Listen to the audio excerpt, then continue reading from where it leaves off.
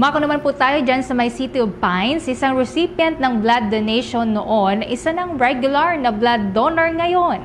Kaugnayan kumuha pa tayo ng report mula sa Bombo Radio Baguio.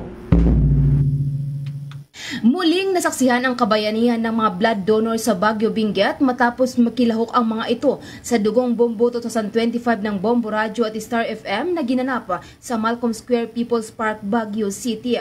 Ilan sa mga matagumpay na nakapagbahagi ng dugo ang mga regular ng blood donor, habang ang iba naman ay mga first-timers. Umaga pa lamang ay marami nang nagsipila sa registration area upang magpa-screen o magpa-assess sa kagustuang makapagbigay ng dugo.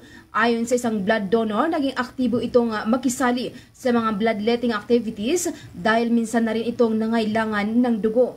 Kwento niya, 2 bag ng dugo ang kinailangan ng kanyang katawan nang masangkot ito sa isang aksidente. Dahil dito, malaki ang kanyang pasasalamat sa programang ito ng Bombo Radio at Star FM, katuwang ang Red Cross na lumilikom ng dugo na maaaring gamitin ng mga nangangailangan.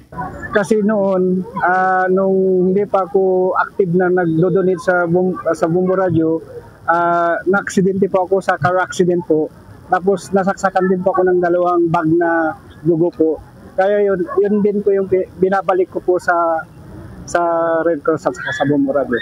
Ang feeling ko po, nakakatulong po sa mga nangangailangan ng dugo. Tapos maraming salamat po pala sa Red Cross at sa Bombo Radio kasi sila yung way na nakakatulong po ako sa mga nangangailangan ng dugo. Mula dito sa lungsod ng Baguio para sa Bombo Network News, ako si Bombo Rose Maribol Solangawan, and this is Bombo Radio Philippines, the #1 and most trusted source of news and information. Basta Radio Bombo!